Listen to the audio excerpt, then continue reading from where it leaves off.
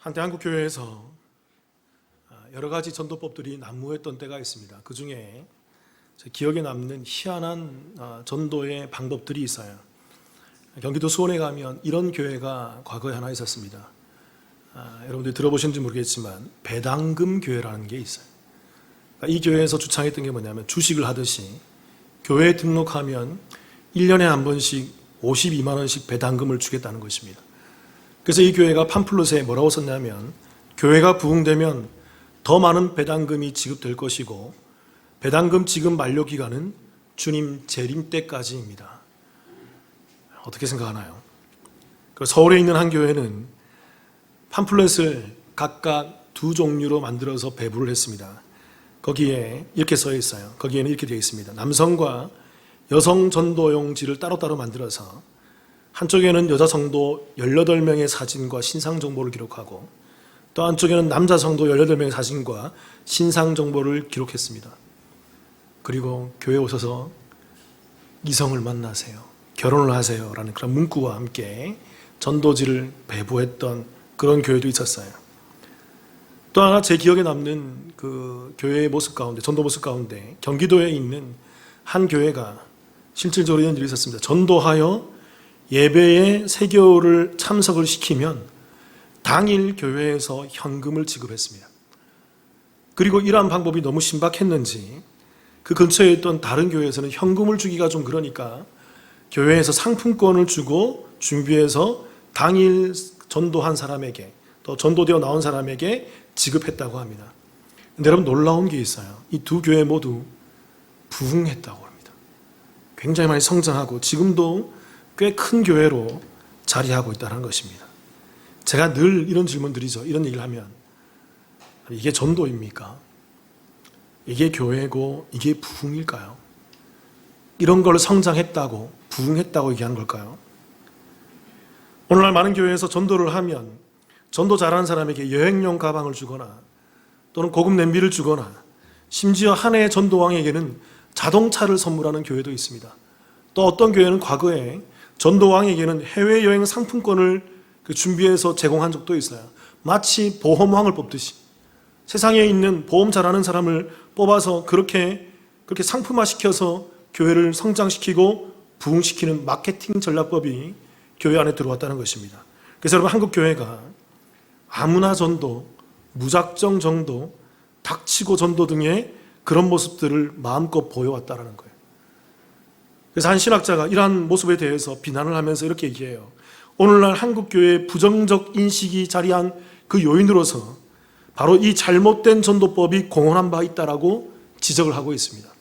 한국교회가 전도를 잘못하니까, 잘못된 전도로 하고 있으니까 교회들이 그 잘못된 전도에 의해서 많은 비난을 받고 잘못된 모습을 하고 있다는 것입니다. 그러면서 이렇게 얘기해요. 아무나에게 즉흥적으로 전도하는 것은 전도인을 기피하는 현상을 유발시켰고 만나자마자 신앙 이야기를 꺼내는 것은 교회에 대한 거부감을 일으키게 되었고 또 죄에 대한 정죄부터 시작하는 것은 기분을 상하게 만들고 예수천당 불신지옥의 이 아름다운 구호인데 이 구호는 오늘날 사회적 냉대와 멸시를 가져오는 기현상을 낳게 되었다는 거예요. 그래서 이 교수가, 신학자가 이렇게 얘기합니다. 이제는 교회가 전도할 수 없을 뿐만 아니라 전도해서는 안 되는 시대가 되었다라고 그렇게 일가를 하고 있는 것이죠. 그렇다면 사랑하는 성도 여러분, 이렇게 전도할 수 없고 전도하기 힘들어졌으며 이제는 전도하면 안 되는 이 시대를 살아가는 저와 여러분들은 주님의 명령인 땅끝까지 이르러 내 증인이 되리라는 이 말씀 앞에, 이 전도 명령 앞에 어떻게 순종할 수 있을까요?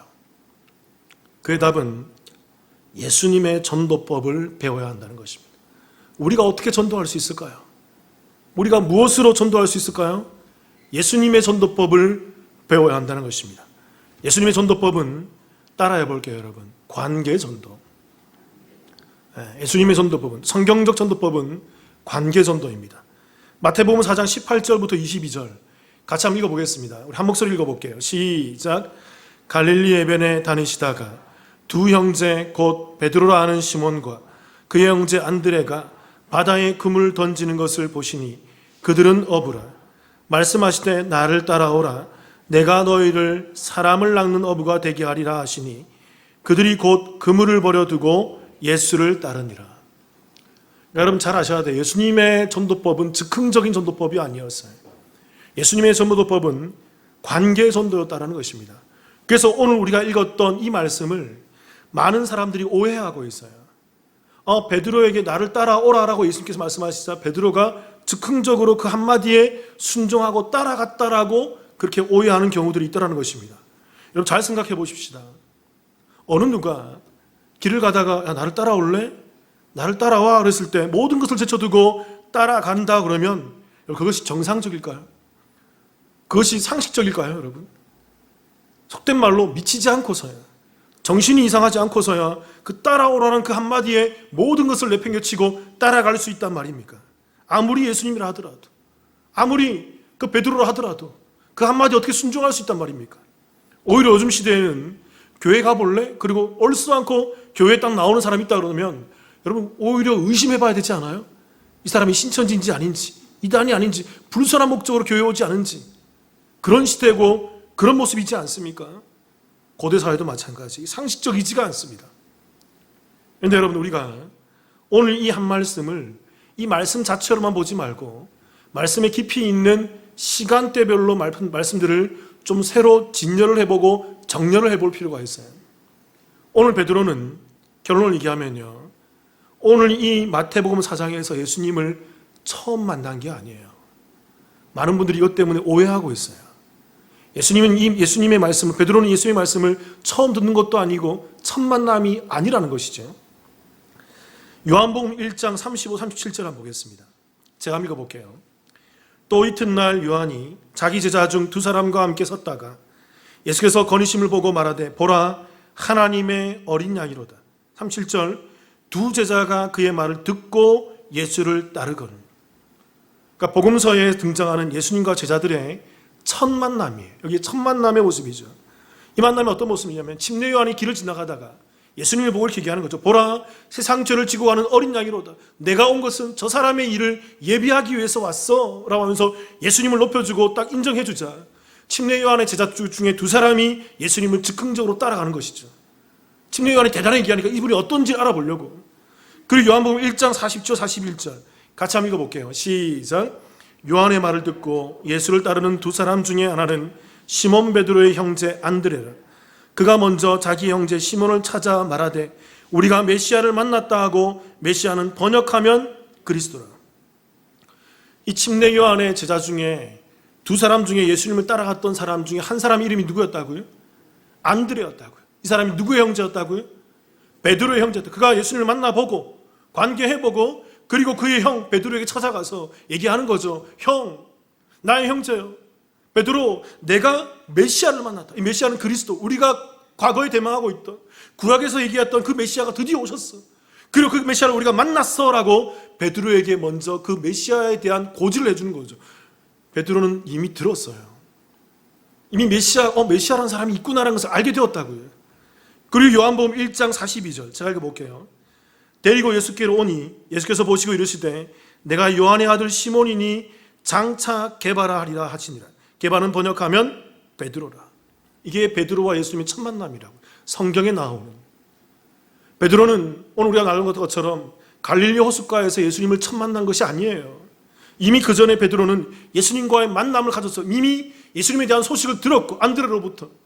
그리고 그 안드레의 도움에 의해서 만남에 의해서 예수님을 찾아와서 만났고 거기 더 나아가서 오늘 무엇도 부여받게 됩니까?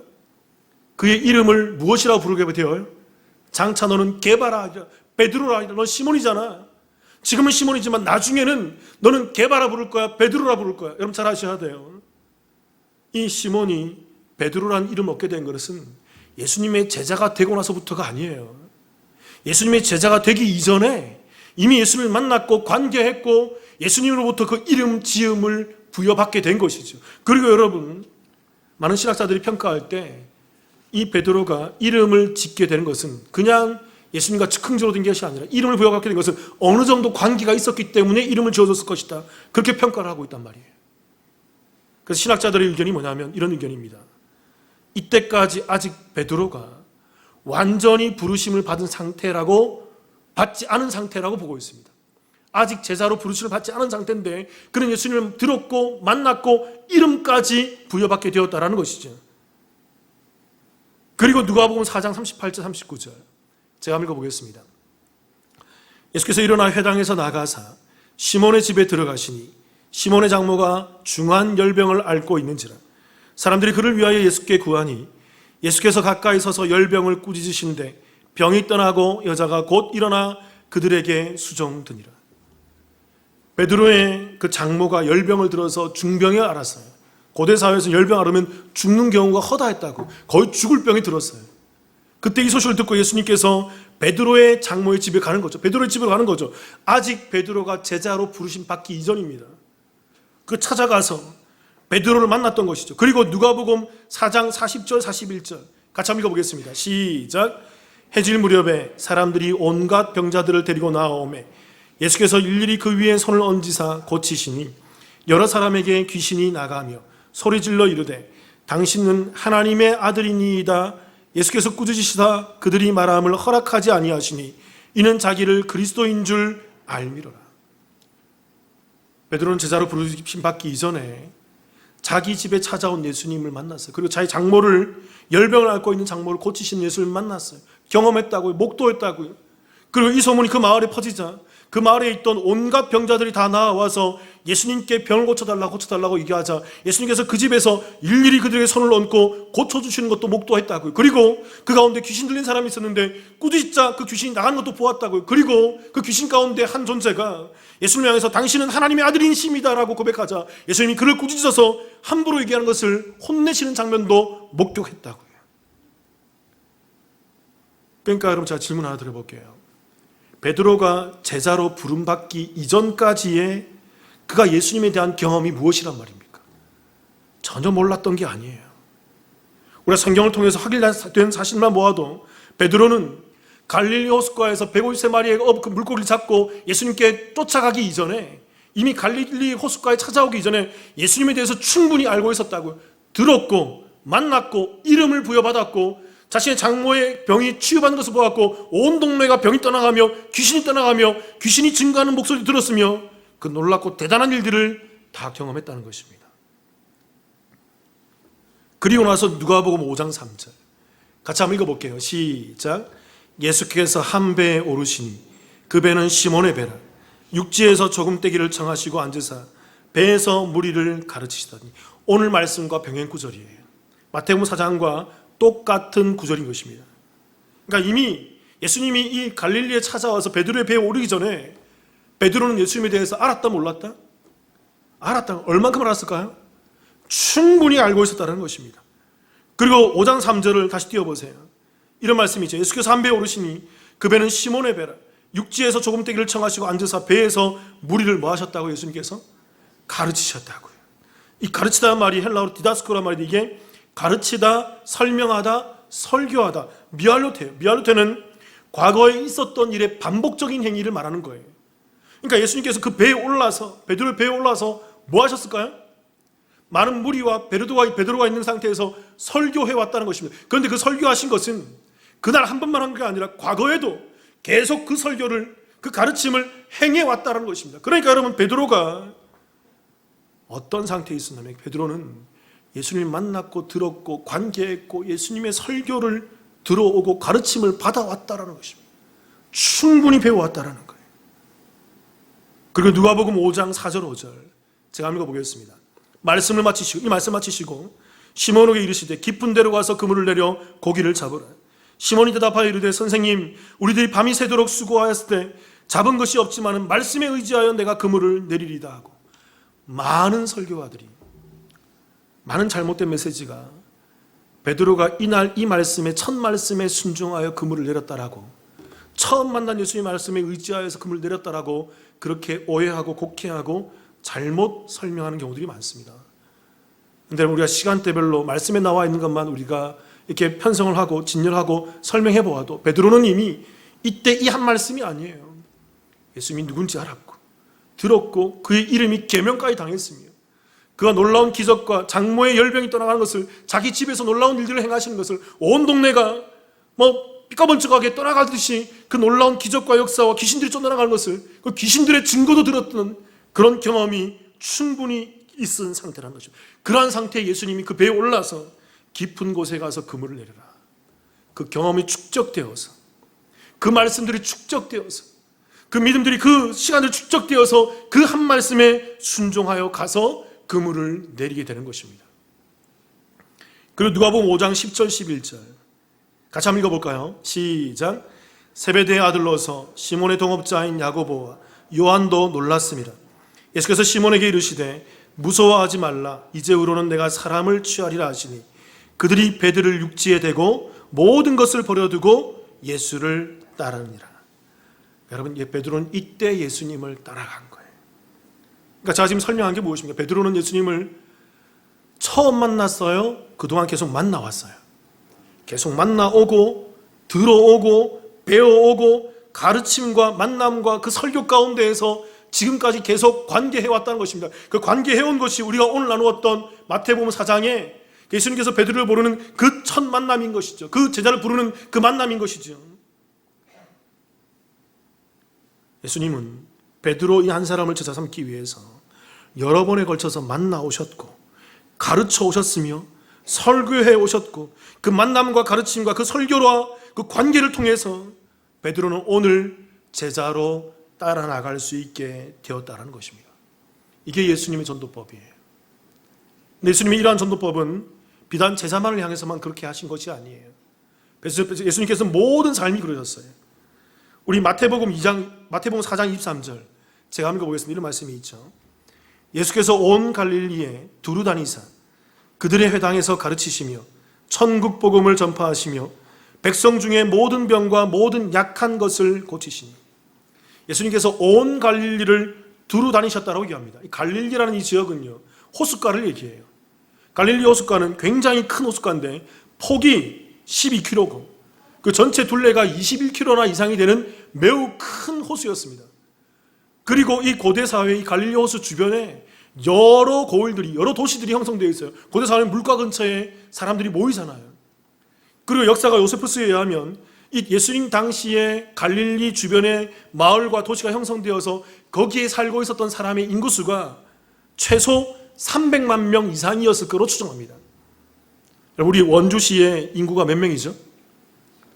얼마 전에 보니까 35만 명을 넘어가고 있어요. 강원도에서는 제일 유일하게 인구 성장하는 도시라고 제가 듣고 있습니다. 그리고 50만 명을 향해서 목표를 가지고 나아가고 있다는 얘기를 듣고 있어요. 지금 현재 35만 명 정도 되는데 당시 갈릴리의 인구가 300만 명이라면 적어도 9배 이상의 인구가 갈릴리 전역에 퍼져 있었던 것입니다. 그런데 예수님께서는 그 갈릴리 그 전역을 300만 명이 살고 있는 그 넓은 도시를 전역을 두루 다니시면서 복음을 증거했다라는 것이에요. 여기서 말하는 이 두루 다니사, 이 말이 헬라어로 페리아고란 말이, 이게 이리저리 다니다 미완료 시제예요. 한 번만 간 게 아니에요. 과거의 어떤 일들의 반복인 것입니다. 지속적으로 예수님께서 반복적으로 갈릴리 호숫가 주변을 이리저리 돌아다니신 거죠. 뭐하러 돌아다니셨을까요? 복음 증거하러. 어떤 복음이죠? 하나님의 나라, 천국에 대한 복음을 증거하기 위해서.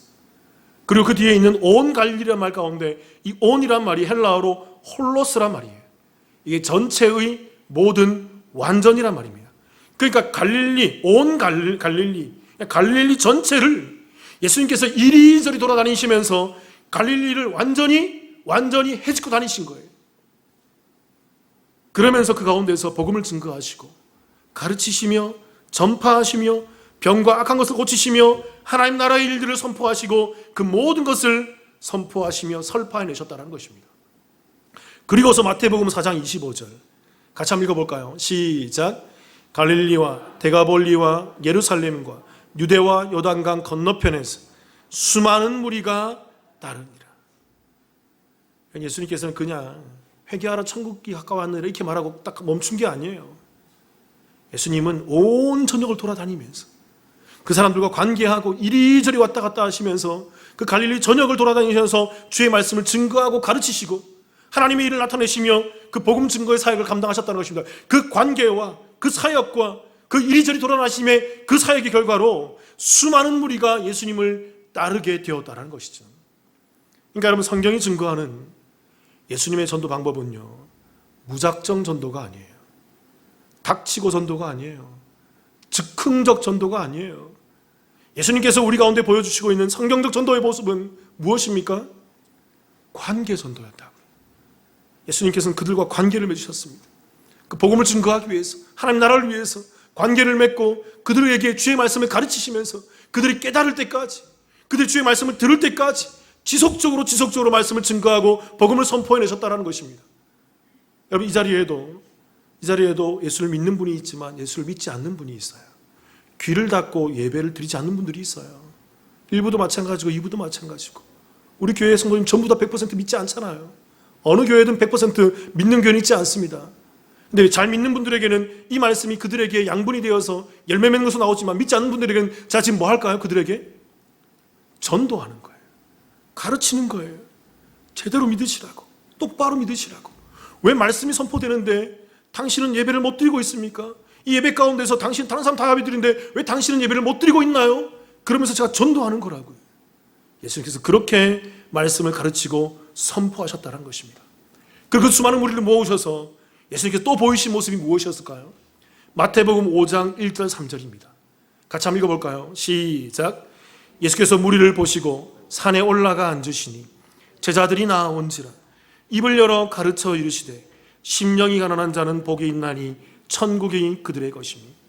예수님께서 관계하시면서 온 전역을 돌아다니면서 말씀을 증거하시고 예수님께 나와서 말씀을 더 듣기를 원하는 사람들에게 예수님 그들을 모으시고 산에 올라가 앉으셔서 그 설파하셨던 내용이 팔복의 내용이었어요. 심령이 가난한 자는 복이 있나니 천국이 그들의 것이며. 자, 팔복 때 이것을 충분히 설명드렸습니다. 팔복 강의할 때 설명드렸어요. 천국이 그들의 것이며, 이게 현재형이라고요. 이미 이 땅에 천국을 사는 사람들이 있다는 얘기인 것입니다. 왜 이 땅에 그들이 천국을 살고 있을까요? 이 땅에 누가 오셨기 때문에? 하나님이신, 그 천국의 본질적인 천국을 만드시는 하나님이신 예수님이 이 땅에 오셨기 때문에 이 땅에 영원히 시간 속으로 들어와 버린 것입니다. 내세가 현세에 임해버린 거예요. 그 하나님의 역사가 이 땅에 오셔서 이 땅의 크로노스의 시간 가운데 카이로스의 삶을 열어버리신 거예요. 그래서 이 땅에 있는 사람들이 예수를 믿는 믿음으로 말미암아 천국을 살아버린 것입니다. 현재. 근데 조건이 하나 있죠, 여러분. 누구만이 그 천국을 살 수 있을까요? 팔복의 제일 서두에 어떠한 자가? 심령이 가난한 자. 설명드렸잖아요. 푸터코스, 영적 파산. 뭐죠? 예수님이 아니면 안 됩니다라는 사람들. 저는 예수님밖에 없습니다. 예수님도 되고 딴 것도 됩니다가 아니고요. 저는 예수님밖에 없습니다. 예수님이 아니었으면 큰일 날 뻔했습니다. 나에겐 예수님이 전부입니다. 예수님이 나의 모든 것입니다라는 그 고백 가운데 있는 사람들, 그들에게만 천국이 임하는 거예요. 예수님께서는 지속적으로 전도한 사람들에게도 계속 가르치시고 복음과 그 하나님 나라를, 그 천국을 설파해 내셨다라는 것입니다. 그리고 여러분, 마태복음 28장 19절 20절 아주 유명한 구절인데 한번 같이 읽어보겠습니다. 시작.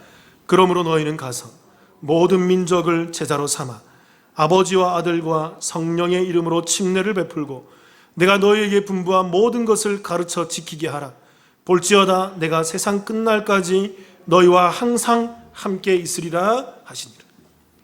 우리가 잘 아는 지상대명령이라고 부르는 구절이에요. 예수님의 마지막 유언이고, 여러분, 이 유언은 지켜야 된다, 지키지 않아야 된다? 지상대명령은 지켜야 된다, 지키지 말아야 된다? 지켜도 되고 지키지 않아도 되고 그런 게 아니에요. 이 신학자들, 성경 연구가들이 이 말씀은 꼭 지켜야 되는 것입니다. 누가? 성도라고 한다면 예수 믿는 믿음의 삶을 산다면 그들의 믿음의 삶 가운데 이 모습이 나와야 하는 거죠. 이게 바로 전도의 모습인 거예요. 예수님의 전도의 모습인 거죠. 여기서 예수님께서는 4개 동사로 이 전도의 모습을 우리 가운데 설명하고 있어요. 첫 번째는 뭐 해야 되죠? 너희는 뭐 해라고요? 가야 되는 거예요. 우리 자녀들에게, 배우자에게, 우리 부모에게, 우리 이웃들에게, 형제들에게, 우리 주변에 있는 사람들에게, 아직 예수 믿지 않는 사람들에게 내가 예수 믿는 사람이라고 한다면, 내 안에 예수 그리스도가 있다고 한다면 그 성도들은 그들이 믿지 않음을 보고 긍휼히 여겨서, 불쌍히 여겨서 가야 되는 것입니다. 가서 끝나는 게 아니에요. 가서 뭐 해야 되죠? 두 번째로 뭐죠? 제자로 삼는 것입니다. 그들의 제자 삼는 게 뭘까요? 예수님을 알려주고 지속적으로 복음을 증거하는 거예요. 그리고 세 번째는 뭡니까? 침례를 베풀고 그 믿음의 모습을 완전히 확인시켜 주는 거예요. 침례가 신자의 침례잖아요. 믿는 자의 고백하는 사람들만 침례 받는 거잖아요. 그리고 네 번째로 뭐죠? 가르쳐 지키게 할. 이들에게 말씀을 가르치고 말씀이 뭔지 깨닫게 하고 말씀을 지키게 하는 것. 여기까지 오는 게 뭐죠? 여기까지 오는 게 전도예요. 여기까지 오는 게 예수 믿는 거라고요.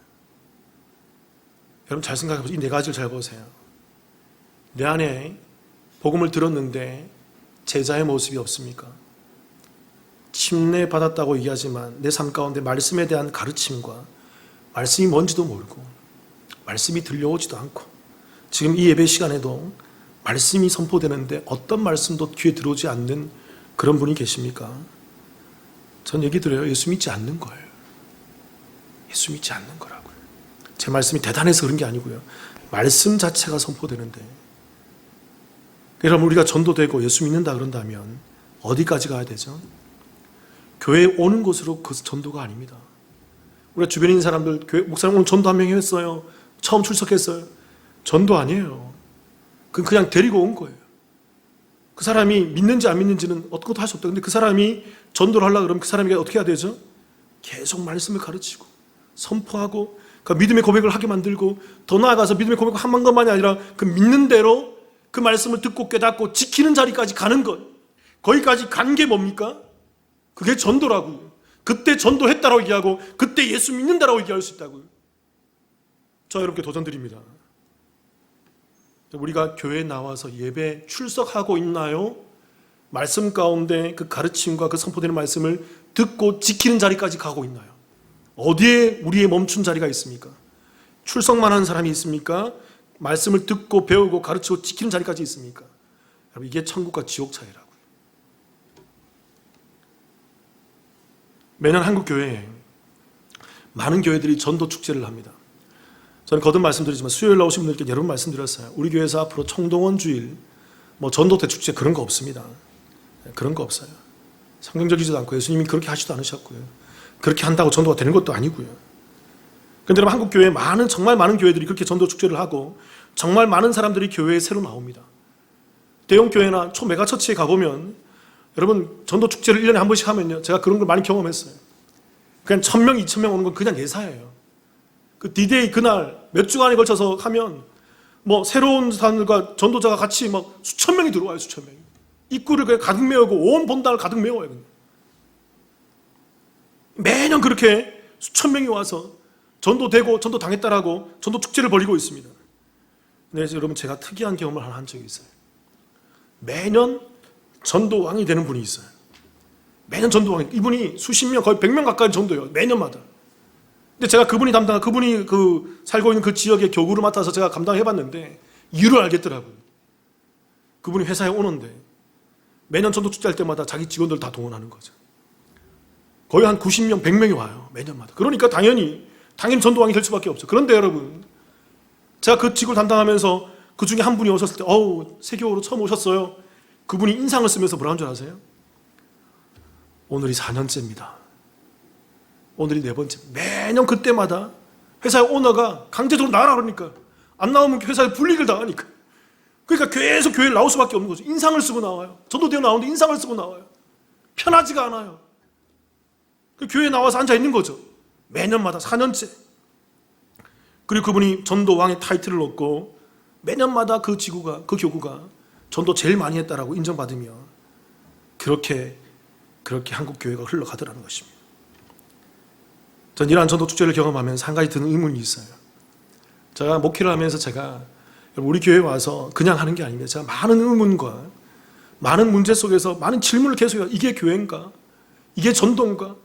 이게 부흥인가? 이렇게 해서 전도가 되면 이게 전도왕인가? 이렇게 해서 교회에 많이 와서 그날 교회에 많이 와서 수천 명이 채우면 이게 하나님 영광 받으시는 건가? 이게 뭔가? 이게 뭔가?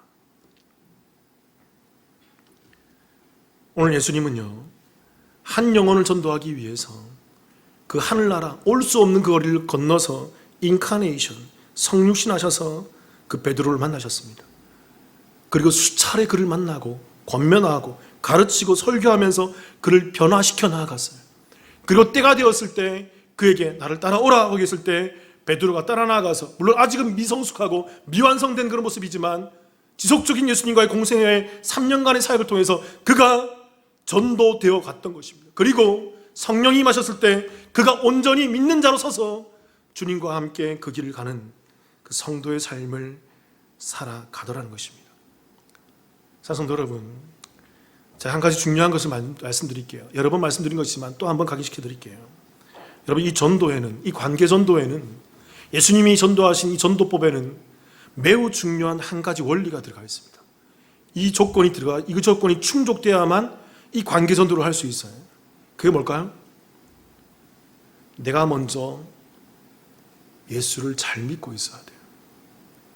내가 먼저 복음에 동화되고 내가 예수 믿는 자로 이 교회에서 예배 가운데, 삶 가운데 가르쳐 지키는 자로 살고 있어야 돼요.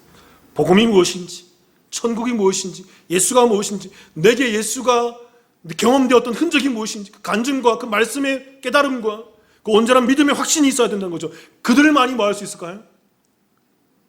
그들이 전도할 수 있다고. 왜요? 전도는 그냥 교회 오라가 아니거든요. 그들에게 가서 내가 만난 예수를 증거해야 되는 거예요. 내가 경험하는 예수를 나타내야 되는 거예요. 믿지 않는 세상을 바라보면서 내가 만났던 예수, 내가 경험하고 지금도 만나고 있고 영혼 가운데 지금도 역사하시는 그 예수를 말하고 증거하고 자신 있게 그들에게 설명할 수 있어야 돼요. 그들이 전도할 수 있는 것입니다. 천국이 무엇인지, 이 시간 속에, 이 크로노스의 시간 속에 그 영혼이 들어와서 카이로스의 시간을 산다는 것이 무엇인지, 그 영혼이 시간 속에 들어왔다는 것이 무엇인지, 이 땅에서 천국을 경험한다는 게 무엇인지, 그것을 아는 자들만이 전도를 하고 예수를 증거할 수 있다는 거죠. 사랑하는 여러분, 저와 여러분이 먼저 이 복음에 동화되고 이 복음 가운데 충만히 살아가기를 주님의 이름으로 축원합니다. 그리고 여러분, 그 복음을 삶을 바탕으로, 그게 너무 좋아서 여러분, 이 예배의 이 말씀들이 너무 좋아서, 매번 가르쳐주는 그 성경 말씀들이 너무 좋아서, 그래서 주변 믿지 않는 사람들에게 같이 예배 드리자, 같이 말씀을 공부하자. 내가 이런 걸 배웠어, 내가 이런 것을 깨닫게 되었어, 내가 이번에 이런 걸 알게 됐는데, 내가 이런 걸 사는데 나 너무 좋더라. 이 땅이 전부가 아니야. 정말 이렇게 내가 예수를 만나고 하나님을 경험하는데 이것이 예수 믿는 것이고 이게 믿는 일이란다. 그러면서 그들이 궁금해서, 도대체 예수 믿는 게 뭔지 궁금해서 그들이 이 나와서 같이 듣고 또 배워가면서 그들이 베드로처럼 때가 되었을 때 주님 앞에 헌신되는 자로, 세워가는 자로 만들어가는 것, 그게 저와 여러분, 우리 남부침례교회의 전도의 모습이기를. 그래서 우리 남북교회가 그런 예수 믿을 자, 예수 믿는 자들이 나와서 이 교회가 의미 있게 성장하는 그런 교회의 길을 주님의 이름으로 축원합니다. 같이 한번 기도하시겠습니다.